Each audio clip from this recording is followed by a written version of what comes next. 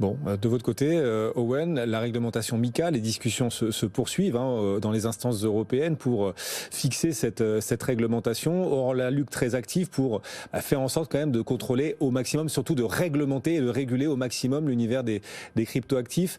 Qu'est-ce que vous retenez de positif dans sa façon de faire les choses et de négatif aussi, on l'imagine? Dans sa façon de faire les choses, rien de positif. Pour être très clair, déjà sa définition de la monnaie est une définition de banque centrale. Ce n'est pas la définition qu'Aristote donnait de la monnaie, ou du moins ce n'est pas ce qu'on nous a appris à l'école.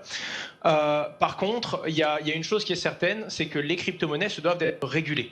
Il y a une chose qui est certaine également, si on veut réguler les crypto-monnaies comme on régule un actif financier traditionnel, on va tuer l'écosystème crypto.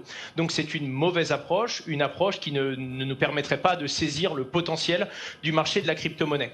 La dernière chose qu'il faut comprendre, c'est que oui, les crypto-monnaies sont pour la plupart très volatiles, parce qu'on oublie quand même les stablecoins qui représentent le plus gros des volumes aujourd'hui. Ça, on n'en parle pas du tout, peut-être faute de connaissances, je ne sais pas. Mais quand on parle de crypto-monnaies et d'actifs volatiles, il faut comprendre que c'est une très jeune technologie.